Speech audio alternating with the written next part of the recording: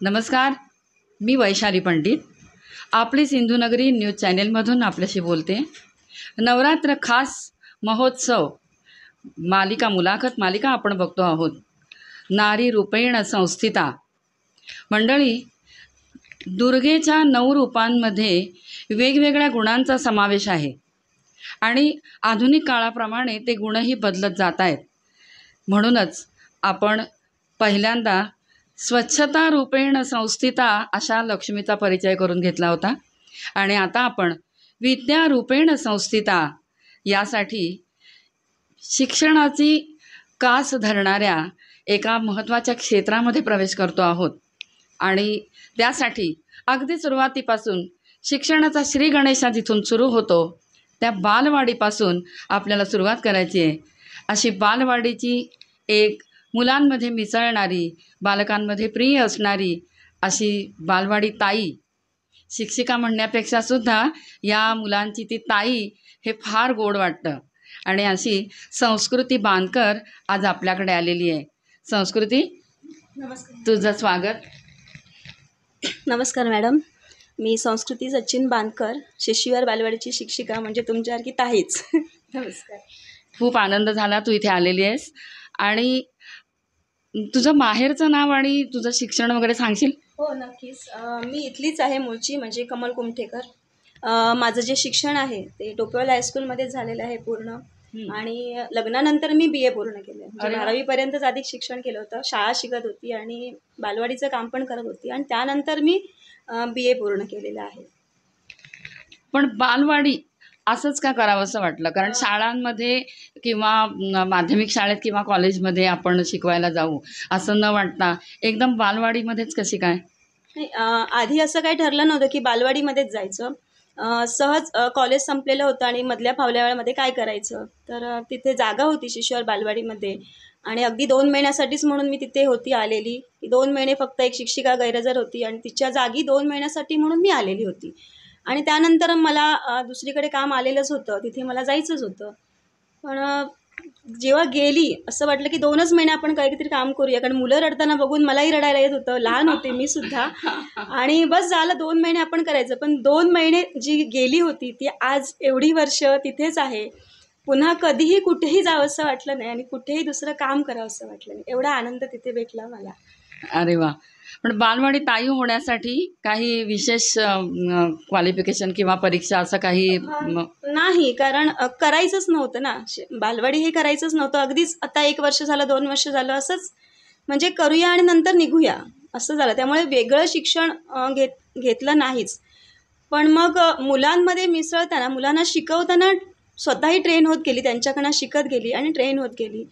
आणि शिक्षण होतं, मुलांची आवड होती, त्यामुळे कधी कुठे काही गोंधळ नाही माझा झाला की आता काय मला येत नाही आणि मला काही शिकलं पाहिजे, असं नाही कधी वाटलं। शिकत गेली आणि शिकवत गेली। किती छान! मग आता किती वर्ष झाली बालवाडी ताई म्हणून काम करतेस? तशी 20 वर्ष, कारण नोव्हेंबर 2003मध्ये मी आली होती, कॉलेज संपलेलं माझं। 20 वर्ष, पण मी 15 वर्ष धरते, कारण पहिली 5 वर्ष आजी होत्या सोबत, इतर शिक्षिका होत्या, त्यांच्यासोबत मिळून मिसळून शिकत होती। पण 15 वर्ष जी आहेत ती मी स्वतःला शिकवत गेली। म्हणजे आता मला आजी गेल्या होत्या आणि जबाबदारी आली होती, काळे कुटुंबाने मला जबाबदारी दिली होती त्या बालवाडी सांभाळण्याची।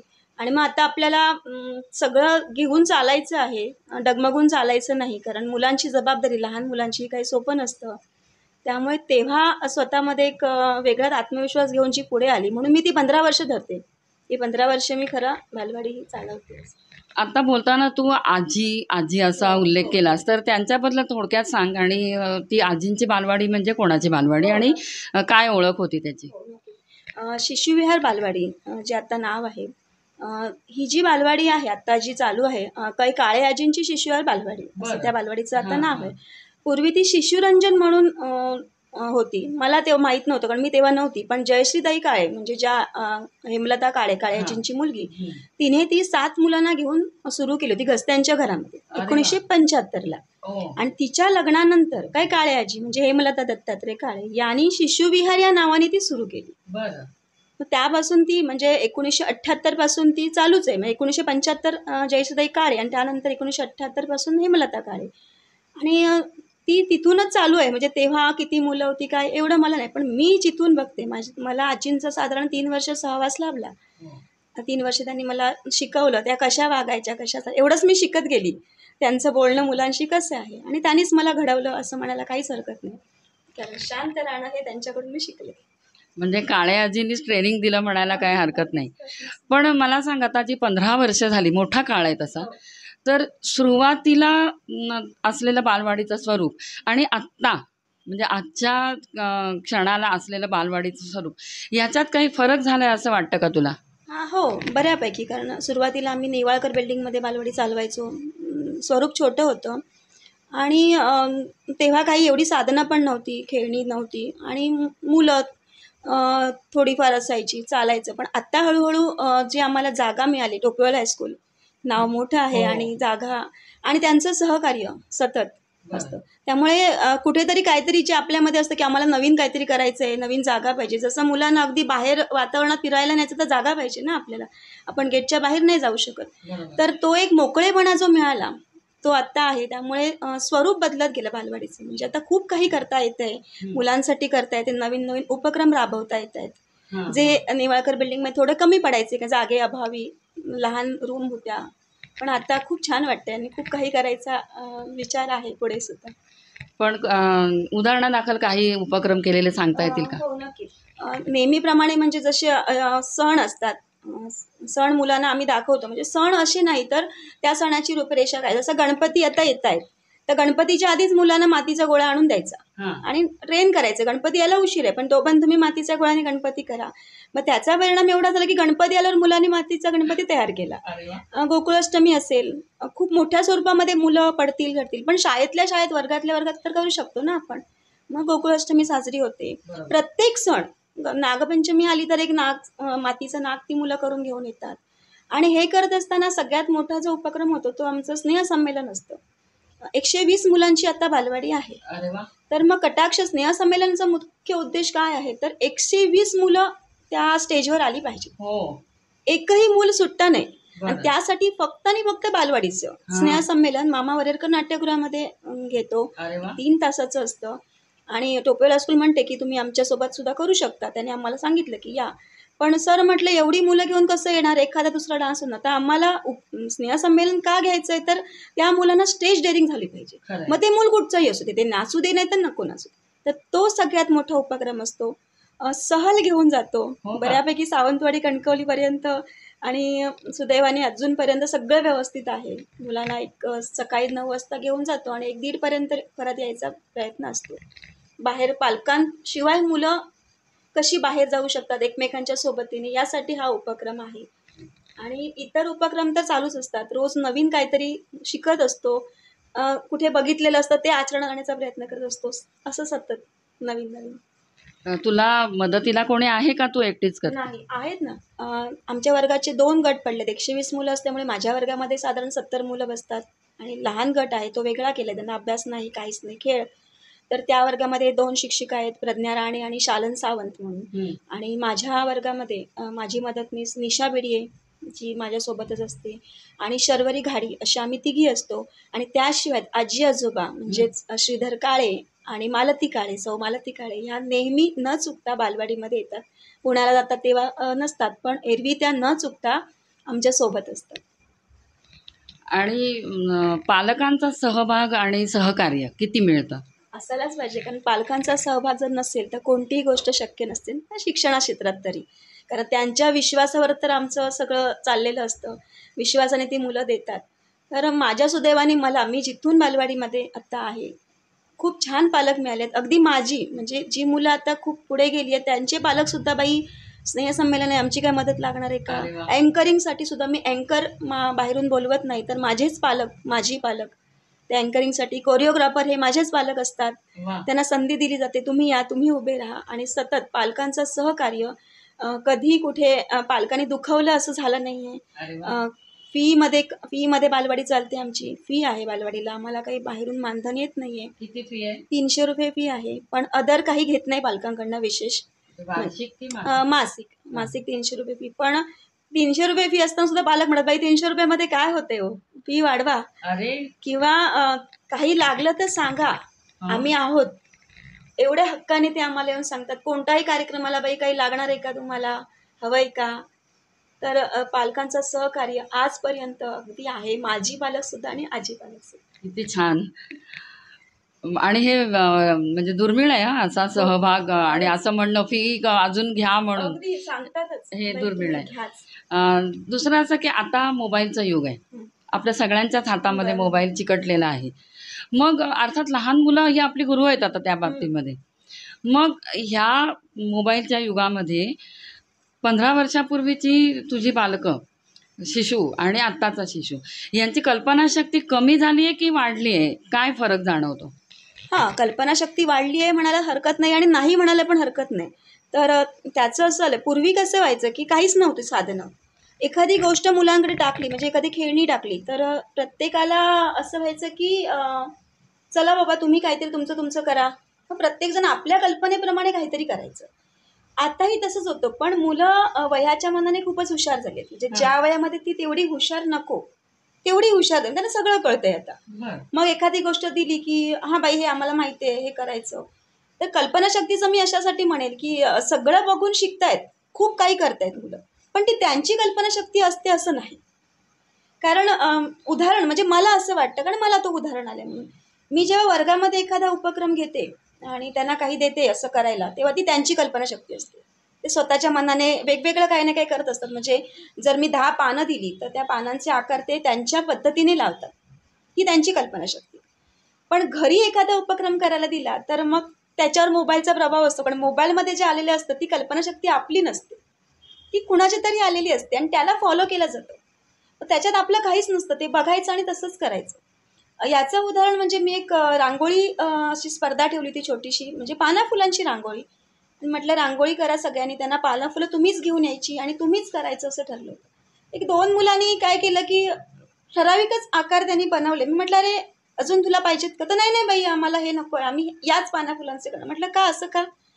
तर नाही आईने मला सांगितलंय, युट्यूबला आईने बघितलंय ना, तिने म्हटलं की ही पानं अशीच लावली पाहिजे.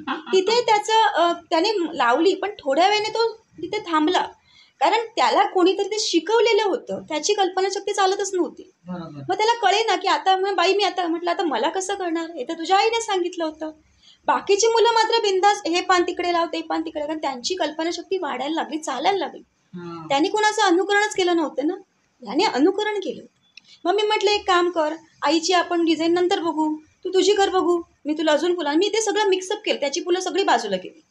कारण ती त्याच्या डोक्यात बसलेली होती, याचंच आपल्याला काहीतरी करायचं आहे ना, सगळं बाजूला केलं, त्याला वेगळं काहीतरी दिलं. एवढी सुंदर कलाकृती त्याने केली. त्याची आई म्हणाली, बाई असं मी सांगितलं नव्हतं, पण हे खूपच छान आहे. पण तुम्ही सांगितलंतच का त्याला?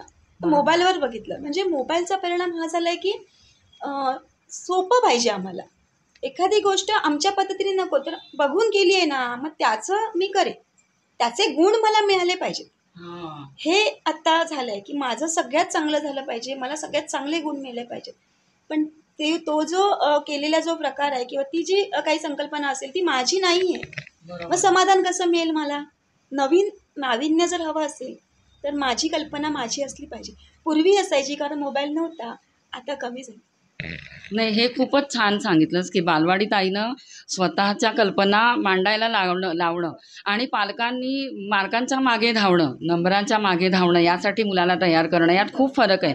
आणि समाधान त्यातलं जे आपण केल्याचं सृजनत्वाचं समाधान आहे त्या मुलांना कधीच कळणार नाही असं झालं तर. पण मग जर असं आहे तर मोबाईल आणि मुलं यांच्यामध्ये सहसंबंध असावा की नसावा? आत्ता मोबाईलचं युग आहे कारण त्याच्याशिवाय पर्याय नाही. थोडासा असावा, पण किती असावा आणि किती वयामध्ये असावा? आता मी माझ्याच मुलांचं बोलेन ना, कारण मोठी मुलं माझ्याकडे नाही आहेत. पण माझ्या मुलांचं बोलताना मी म्हणेन की नको, कशाला हवा? कारण त्यांना त्यातलं काहीच कळत नाही आहे. ते काय बघतायत, काय बोलतात, भाषा वेगळी असते, त्यांना त्यातलं काही समजत नसतं. ज्या उपकरणं वापरलेली असतात एखादी किंवा एखादी कविता असेल, आपण जी त्यांना हवं करून कविता सांगतो त्यातला फरक. जसं मी भीमची गोष्ट जेव्हा सांगते, पांडव म्हणजे महाभारतातली गोष्ट त्यांना सांगते, तेव्हा भीम म्हटलं की ते म्हणतात हां छोटा भीम. आणि मी म्हणते की भीमाला शक्ती येते, तो जेवतो, तर नाही बाई तो लाडू खातो, तो जेवतच नाही. कारण तिथे दाखवलेला जो भीम आहे किंवा तो मोबाईलवर किंवा टी व्हीवर बघतायत तो लाडू खाणारा आहे. म्हणजे मुलांना पक्का कळलं की लाडू खाल्यामुळे शक्ती येते, भात आमटी भाजी खाल्यामुळे येतच नाही. मग ते पटवून देता देता नाकी नव्हे ते, कारण त्यांचं ते वय नाही आहे ना. ते फक्त अनुकरण करणार, ते ऐकणार, बघणार, त्याप्रमाणे ते वागणार. त्यामुळे मला कुठेतरी वाटतं की कदाचित काहींना चुकीचं वाटत असेल की मोबाईल पाहिजे. मला स्वतःला असं वाटतं की नको रे थोडा मोबाईल, थोडा वेळ जाऊ दे, एवढ्या लवकर नको त्यांना. कारण त्यांच्या वयाप्रमाणेच त्यांना ते सुचलं पाहिजे असं वाटतं की मोठ्या मोठ्या गोष्टी त्यांना का पाहिजेत ना, वयाप्रमाणे शिकत शिकत पुढे जाऊ दे. म्हणजे काही गोष्टी आपण असं म्हणतो की हे मुलांसाठी नाही, तर त्याला वयाची अट असते, तसं मोबाईलचं असावं. हा विचार चांगला आहे, मला छान वाटतो. हा विचार पालकांमध्ये रुजवण्यासाठी काही केलंस का? हो, प्रत्येक वेळेला सांगत जाते बाई. पालक येऊन मला प्रत्येक वेळेस सांगतात की बाई मोबाईल खूप वापरतो, ऐकतच नाही, तुम्ही काहीतरी सांगा. मग मी म्हणते हरकत नाही, मोबाईल आपण त्याच्याकडनं काढून घेऊया, पण मग त्याच्या बदली तुम्ही त्याला काय देणार? बरोबर आहे. नुसताच मोबाईल काढून घेतला की तो आकांडांडो करणार. तुम्ही तुमच्या कामामध्ये असणार, काम करणाऱ्या महिला असतील तर त्या ऑफिसला जातील, वडील जातील, मुलं शाळेत जातील. त्याला तुम्ही काय देणार आहात? बरोबर. मोबाईलच्या बदली देऊन बघा ना. तुम्ही त्यांच्याबरोबर वेळ घालवणार आहात का? त्याला वेगळं काही देणार आहात का? माती देणार नाही कारण तुमच्या फ्लॉवर्स घाण होतात म्हणतात, जमिनी तुमच्या घाण होतात. कलर देत नाही बाई, तो भिंतीवर काढतो. कागद देत नाही बाई, तो कचरा करतो. मग मोबाईल तुम्हीच देता कारण तुम्हाला निवांतपणा हवा असतो. ही 5च वर्ष महत्त्वाची असतात. पुढे ती मुलं पूर्ण वेळ शाळेमध्ये असतात, त्यांचे शिक्षक त्यांच्यासोबत असतात, उपक्रम चालू असतात. पहिली 5 वर्ष त्यांच्याकडे काहीच नसतं करायला. त्यांना सगळं नवीन असतं. त्यांना माहिती नसतं की आपण कसं वागायचं, काय करायचं. आई काम करते म्हणून आपल्याला वेळ देऊ शकत नाही, त्यांना काहीच कळत नाही. त्यांना फक्त त्यांच्यासोबत राहणारं साधन पाहिजे. ते माणूस असू दे, व्यक्ती असू दे, चित्र काही असू दे. तुम्ही काहीच देत नाही म्हणून मोबाईल घेतोय. तर तुम्ही प्रयत्न करा की त्याला वेगळं काहीतरी देता येईल. बरोबर आहे. कारण शाळेमध्ये तर त्यांना मोबाईलची आठवण येत नाही. नाहीच नाही येत. हे विशेष आहे. येतच नाही. कुठे मोबाईल मागतात ते आमच्याकडे? माझा मोबाईल तिथेच ठेवलेला असतो. कधीही मोबाईलला हात लावलेलं मी बघितलेलं नाही. कारण त्याच्या बदली मी त्यांना देत असते ना 2-3 तास. मग तुमच्याकडे असेल तेवढं तुम्ही द्या. पण अशी काही पालकांची स्पर्धा घेतली का की मोबाईल ऐवजी आम्ही मुलाला आमच्या हे दिलं? नाही, असा योग आला नाही. पण आत्ता तुम्ही म्हटल्याप्रमाणे, जसं मी मगाशीच म्हटलं की मी शिकत असते नेहमी. तर तुम्ही आता म्हटल्यानुसार मी आता नक्कीच हा प्रयत्न करेन की चला मॅडम म्हणाल्या आहेत ना, तर हाही प्रयत्न करून आपण बघूया ना. कारण आपण नेहमी शिकतच असतो. हो. नवीन कल्पना असतील, काय असतील, तर नक्कीच. नाही, आणि म्हणूनच मला असं वाटलं की इतके छान बालवाडीतून ते जर 3-4 तास चांगले त्यांचे जात आहेत आणि मोबाईलशिवाय, तर पालकांना आव्हान आहे की त्यांनी मोबाईलशिवाय त्यांना काय दिलं, पर्याय काय दिला. आव्हानच आहे ना की हे करणार नाही, हे जमणार नाही, ठीक आहे, पण जमेल ते काय केलं, तर हे नक्की करून बघ आणि मला आवडेल ते ऐकायला. दुसरं असं विचारते मी की लक्षात राहिलेले विद्यार्थी किंवा विद्यार्थिनी, तर 2 प्रश्न मी एकदम विचारते की मुलगे आणि मुली यांच्या ग्रहणक्षमतेमध्ये काही फरक जाणवतो का? एक सांगते मुद्दाम, कारण काही वेळेला मुली आता सगळीकडे पहिल्या आहेत, अव्वल आहेत असं म्हटलं जातं. ह्याच्या खुणा, ह्याची पाऊलचिन्ह ही बालवाडीपासून दिसत आहेत का तुम्हाला? हो, नक्कीच. आता जे बघते मी, तर मुली खरंच पुढे असतात. कारण एकतर त्यांना काहीतरी शिकायचं असतं नेहमी. फरक अशामुळे पडतो की हुशार आणि ढ असं नाही आहे. म्हणजे दोन्ही सारखेच हुशार. पण मुलांचा कल, म्हणजे घरी काय झालं आहे, एकच मूल असतं, बरोबर. आजूबाजूला कोण नसतो. ते मुलगे जेव्हा येतात तेव्हा त्यांना खेळायचं असतं, आक्रमकपणा त्यांच्याकडे असतो, खेळायचं असतं, मारामारी करायची असते, पळापळ करायची असते. मुली थोड्या शांत असतात. मैत्री म्हणजे मुली बसून गप्पा मारणं एकमेकांशी आणि काहीतरी करणं, काहीतरी शिकवणं, याच्याकडे त्यांचा कल जास्त असतो. म्हणजे जेव्हा शिकवायला घेते तेव्हा त्यांचं लक्ष बऱ्यापैकी असतो. मुलांना खोड्या करायच्या, कारण नसतंच ना कोण खोड्या करायला. त्यांना ते आवडतं कारण त्यांचा तो कलच असतो. मग दोन्ही ग्रहणशक्ती दोघांकडेही चांगली आहे, पण एकाकडे खोड्या करायच्या आहेत, एकाकडे कमी आहे. त्यामुळे थोडासा दुर्लक्ष होतो. पण परत एकदा जेव्हा सांगितलं जातं तेव्हा मात्र ते आहेत. म्हणजे अगदीच नाहीच असंही नाही म्हणता येणार, बऱ्यापैकी आहेत. पण असे लक्षात राहिलेले विद्यार्थी विद्यार्थिनी? हा प्रश्न माझ्यासाठी खूप कठीण आहे. कारण मी प्रत्येक विद्यार्थी लक्षात ठेवते त्याच्या गुणासाठी. कारण कधी कधी असं वाटतं की आज हा मुलगा किती छान वागला आणि काय रे तू आज असा काय वागला, तर दुसऱ्या दिवशी मला शॉक असतो. कारण त्याच्याकडे काहीतरी भन्नाटच गुण असतो आणि मला पेशन्स निर्माण, 70 मुलांमध्ये राहणं सोपं नाही आहे. आणि माझी एक अट आहे माझ्या शाळेमध्ये की पट्टी नाही वापरायची. मी पट्टी वापरायला देत नाही बाईंना. अगदी कमीत कमी, म्हणजे जेव्हा खरंच गरज असते एक धपाटा द्यायची तेव्हाच तो दिला जातो. म्हणजे पेशन्स लागतात आणि हे पेशन्स ठेवण्याची कला मला त्यांच्याकडनं शिकते. कारण एवढे त्यांच्यामध्ये गुण असतात एका एका मुलामध्ये. एखाद्याला मस्ती रडणारा मुलगा जर असेल आणि म्हणाला की सतत रडतोय, तर मी त्याला सहज म्हणते, अरे तू गायक होणार आहेस. आणि रडून रडून तुझा गळा एवढा छान आता होणार आहे, सुटणार का. तो हसायला लागतो, बाई मी उद्यापासून गाणं शिकणार. अरे वा. मग तोही लक्षात राहून जातो. खोड्या करणारा असेल, मी एकदा सहज असं म्हटलं होतं की अरे कोणाकोणाला काय काय येतं, कोण कोण मला काय काय शिकवेन. एक मुलगा मला सहज म्हणाला, बाई मी तुम्हाला पेवायला शिकवेन. हो. तर म्हटलं पेवायला, हां समुद्रात तुम्ही जर बुडत असाल, हा. समुद्रकिनार राहतो ना तो, हा, मी हा. तुम्हाला पोहायला शिकवेन आणि तुम्ही बुडत असाल तर तुम्ही वाचवू शकता इतरांना. अरे वा. बघायला गेलं तर दिवसभर मस्तीखोर आहे, अंगोबाई. पण पाण्याच्या किनार राहिल्यानंतर पोहलं पाहिजे आणि मुला वाचवलं पाहिजे दुसऱ्याला. हे त्याच्याकडे आहेच ना. किती छान. म्हणजे प्रत्येक मुलाकडे मॅडम, प्रत्येक मुलाकडे एक छान गुण आहे. आणि मी पालकांना रिक्वेस्ट करेन की काय म्हणतात की आपण हा मुलगाच हुशार आहे, माझ्या मुलाकडे असं काहीच नाही, असं नका म्हणू. तो प्रत्येक मुलाकडे नीट निरीक्षण करून बघा, एवढा छान एकतरी गुण सापडेल ना की त्याला धरून तुम्ही पुढे जाऊ शकता. कारण एवढी शांतता, म्हणजे प्रचंड शांत असते मी, आणि मी त्यांच्याकडे बघूनच ते शिकले की अरे ह्याला कसं मारू शकतो आपण. नाही खरंच खरंच. किती छान असतं. म्हणजे मी आता विचारणारच होते की आपली सिंधुनगरीच्या प्रेक्षक पालकांना तू कोणता संदेश देतील, तर त्याचं उत्तर तू आता दिलंच आहेस ओघाओघामध्ये. आणि खरंच कौतुक वाटतं की शांतपणा शिकणं हा एक मोठा गुण तू शिकलीस. आणि इतकी छान बोललीस तुझ्या मुलांबद्दल, तुझी आत्मीयता दिसून आली. आणि सिंधुनगरीच्या सगळ्या प्रेक्षक पालकांसाठी मला एक सांगावंसं वाटतं की ह्या बांदकर ताईकडून, मुलांच्या ताईकडून, खरोखरच ताई म्हणून ती मुलांच्या विश्वामध्ये रमलेली आहे. आणि ताईकडून आपण जे शिकलो आत्ता ते इतकं महत्त्वाचं आहे. कारण आजच्या दिवसांमध्ये, आजच्या काळामध्ये एकच्या एक लाडका लेक किंवा एकच्या एक लाडकी लेक एवढा एकच अपत्य असतं. आणि त्या मुलाला सामाजिकतेचा काहीही अनुभव नसतो. तो अनुभव बालवाडीमध्ये जाऊन पहिल्यांदा मिळतो. सामाजिकता काय असते, समाज काय असतो, दुसऱ्याला समजून घेणं, दुसऱ्यामध्ये समरस होणं किंवा आपल्या गोष्टी वाटून घेणं, शेअरिंग करणं, हे सगळं तिथे करता येतं, त्यातला आनंद घेता येतो. आणि तो आनंद घ्यायला या ताईंनी मदत केली आहे आणि त्याचे अनुभव त्यांनी आज आपल्याला सांगितलेत.